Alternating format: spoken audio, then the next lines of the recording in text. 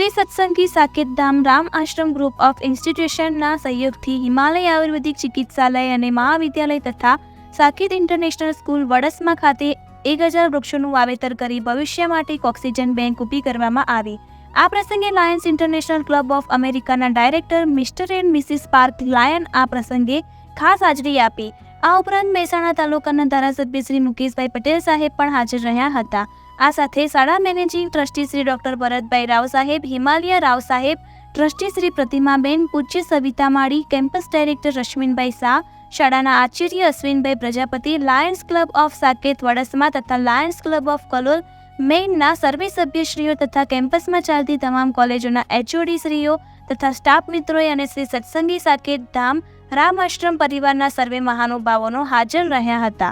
Saket International School, BEd college, engineering college, diploma college, pharmacy college, nursing college તથા MBA કોલેજે ભાગ લીધો અને દરેક વિદ્યાર્થીએ 4 વર્ષ માટે વૃક્ષો દત્તક લીધા. દરેક વૃક્ષને પૌરાણિક ઋષિમુનિઓ તથા સંતો મહંતના નામકરણ કરવામાં આવ્યા. રિપોર્ટર સિદ્ધરાજસિંહ ઠાકોર, મહેસાણા.